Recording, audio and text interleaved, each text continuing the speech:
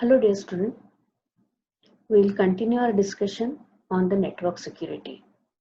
Today we will discuss the message confidentiality through encryption.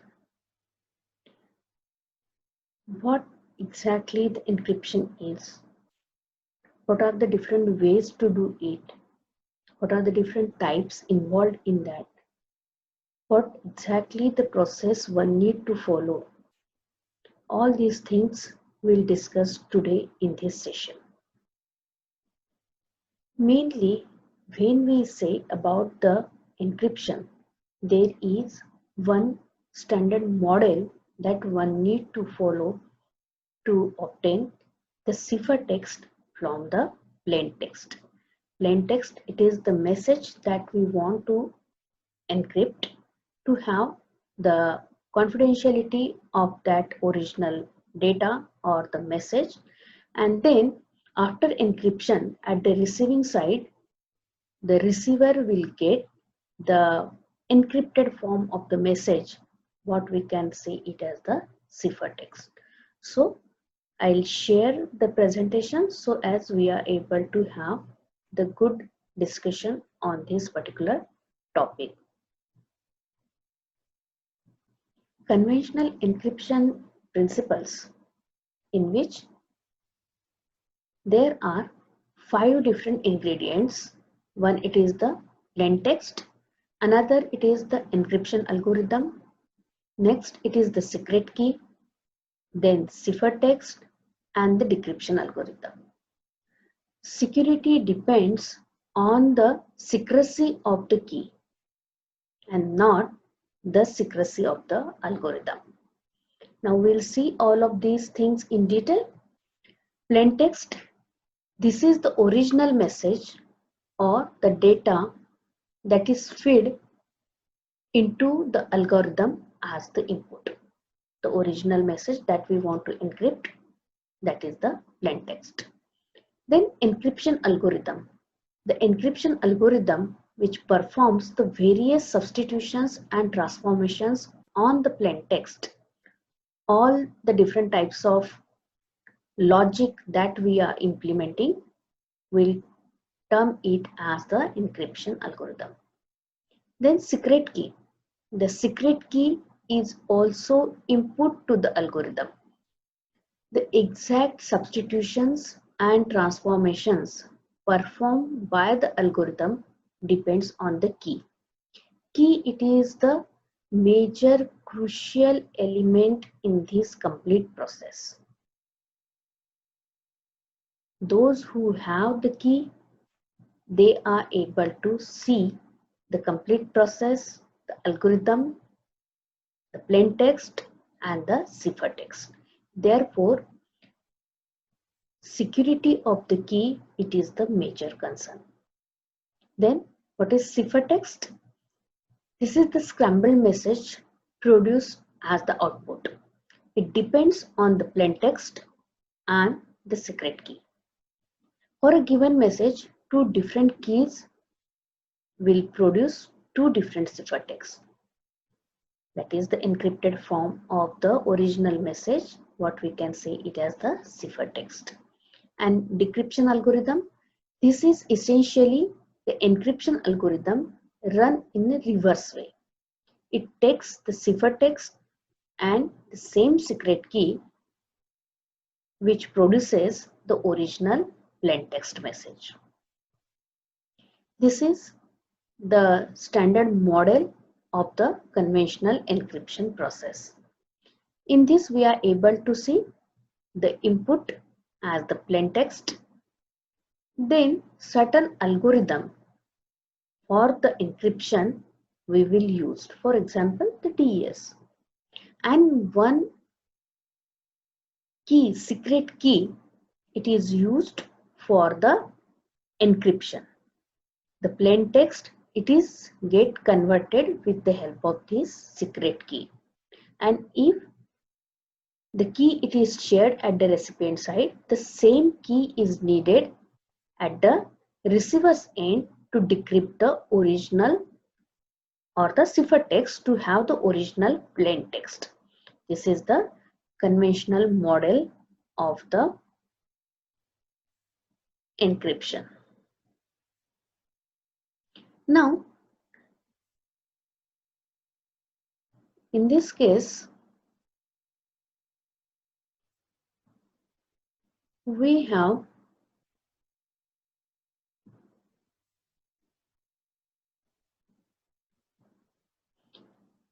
in different words, we can say the cryptography, it is the way of secret writing.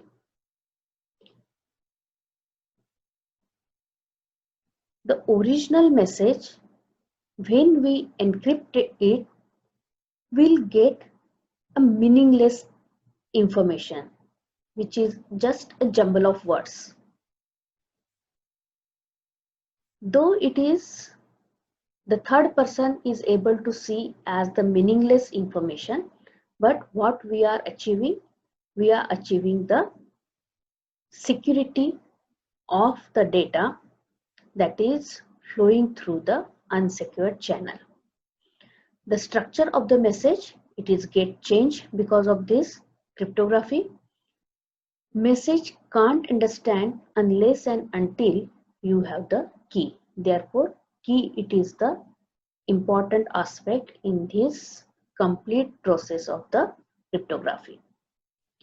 Suppose there is a question like this: SERUTAERC stands for creatures. So is ENOHPELET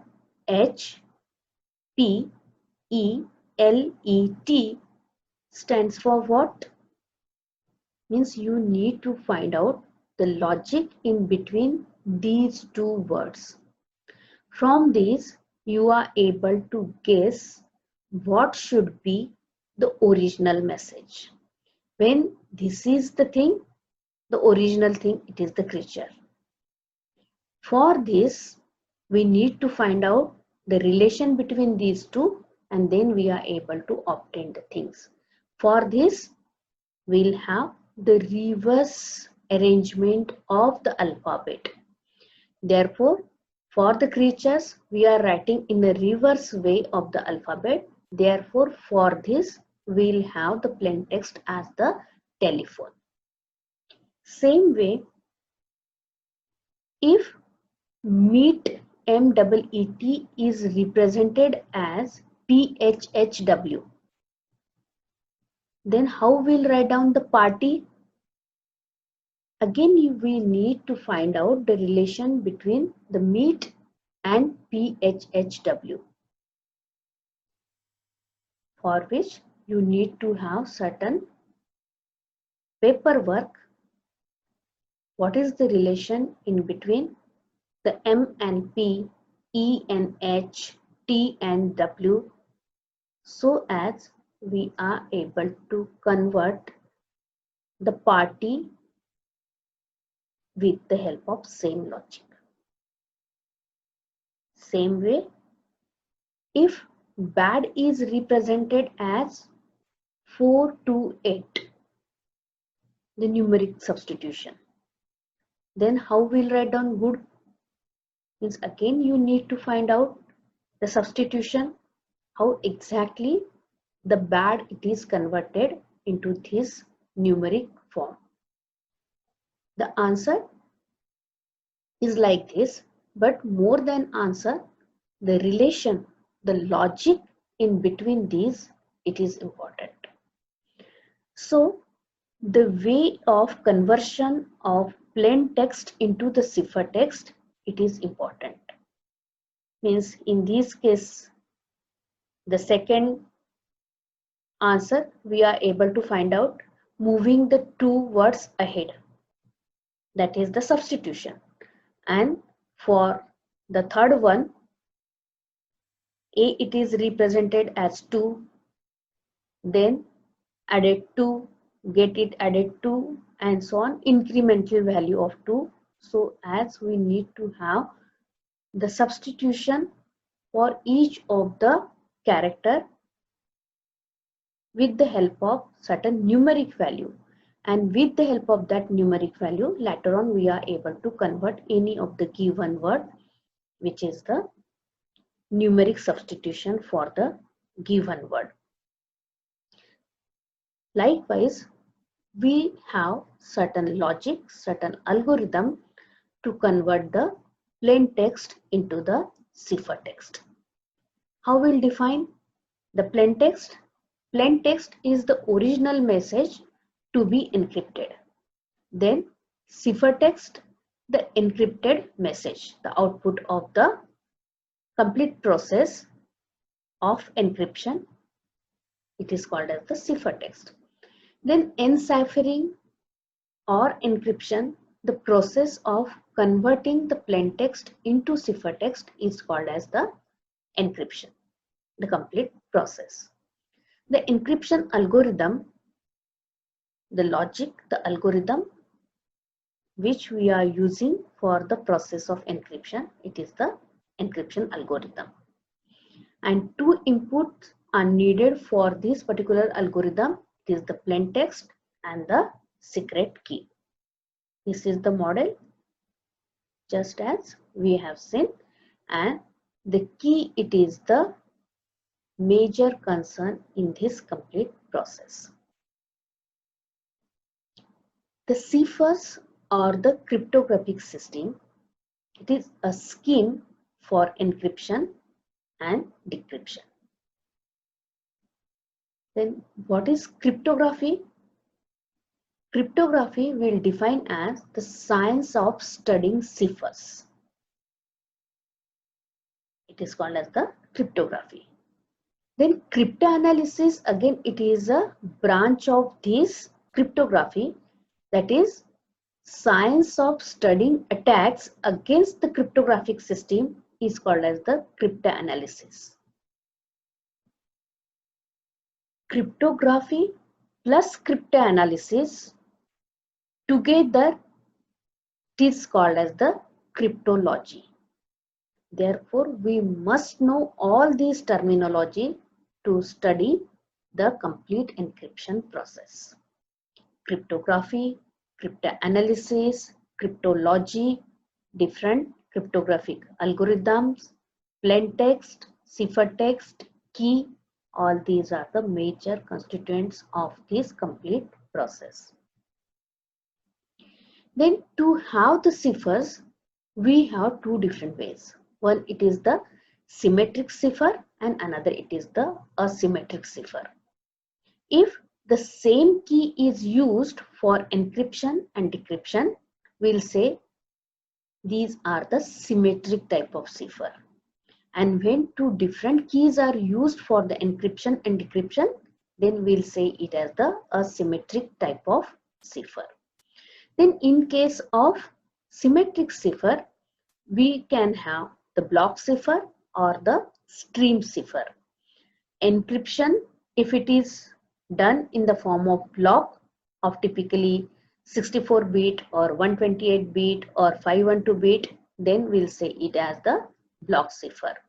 And in case of stream cipher, encrypts the data 1 bit or 1 byte at a time and moving so on. That is called as the stream cipher. Then in case of symmetric encryption, sender and recipient share a common key. All classical encryption algorithms are symmetric. The only type of ciphers prior to the invention of asymmetric type of ciphers before 1970s, all those are the symmetric type of cipher. At that time, they only knows the key which is used for the encryption, the same key it is needed at the recipient side for the decryption. Mathematically, we can represent the encryption, symmetric type of encryption in this way. Y equal to encryption of X with the help of key K. That is Y equal to the function of encryption of X with the help of key K. And on the recipient side, X equal to decryption of Y with the help of key K. The same thing, it is written in this fashion. X, it is the plain text. Y, it is the ciphertext. K, it is the secret key. E, it is the encryption algorithm. D, it is the decryption algorithm.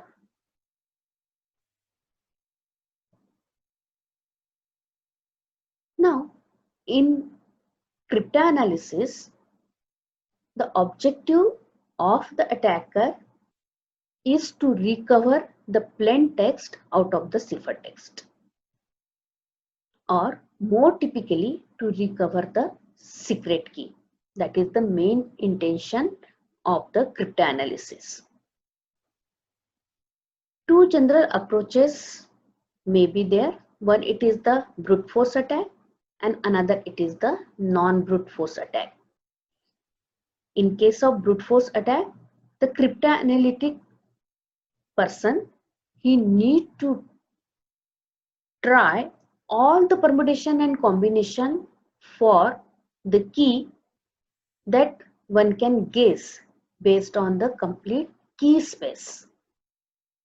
It is very time consuming process, the brute force attack. And non-brute force attack, in which cryptanalytic, he will guess based on the certain inputs in his hand, based on which he will proceed for the finding out the plain text. Just now what we have discussed about the brute force, suppose the key size, it is of 32-bit, then number of alternative keys will be 2 to the power 32, that is 4.3 into 10 to the power 9. The time required at one decryption, it is 35.8 minutes. And the time required at 10 to the power 6 decryption, it is 2.15 milliseconds. In this fashion, if the key size, if it goes on increasing, we can see the time needed for the decryption. If it is the 56-bit key size, then time needed, it is 10.01 hours.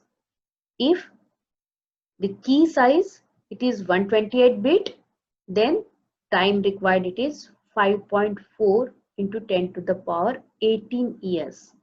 And if it is 168-bit, then 5.9 into 10 to the power 30 years.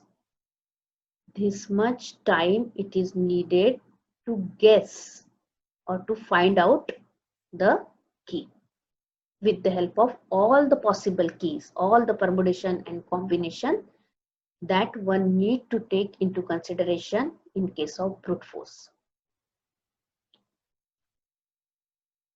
Then we have seen another type of attack. It is the cryptanalytic way of finding out the keys, in which there are mainly 4 different types of attacks: ciphertext only attack, known plain text type of attack, chosen plain text type of attack, and chosen ciphertext type of attack. Now, what is exactly the ciphertext only attack? In this case, what is the input? Input, it is the ciphertext C, from which the cryptanalytic person, he will try to guess the plain text M. An encryption scheme is completely insecure if it cannot resist ciphertext only attack. In case of known plain text attack, there is a pair of plain text and ciphertext M1, C1, M2, C2, and so on up to MK, CK. Then what is the plain text C? He will observe the pattern in between the pairs of the message and the ciphers, based on which he will analyze the contents and try to guess the plain text. Same way, in case of chosen plain text attack, M1, C1, M2, C2 and so on up to MK, CK, where M1, M2, MK are chosen by the adversary and the new ciphertext C. What is the plain text of C? What is the secret key? From this particular pattern, the adversary will try to obtain certain signatures, certain symbols, certain coding, the behavior or the certain signatures, whatever he has found in between the pairs of M1 and C1, and based on which he will try to obtain the plain text. And chosen ciphertext attack, in which the pair of M1, C1, M2, C2 and so on MK, CK, where C1, C2, CK are chosen by the adversary, and the new ciphertext C, with the help of these are the input which is there in his hand.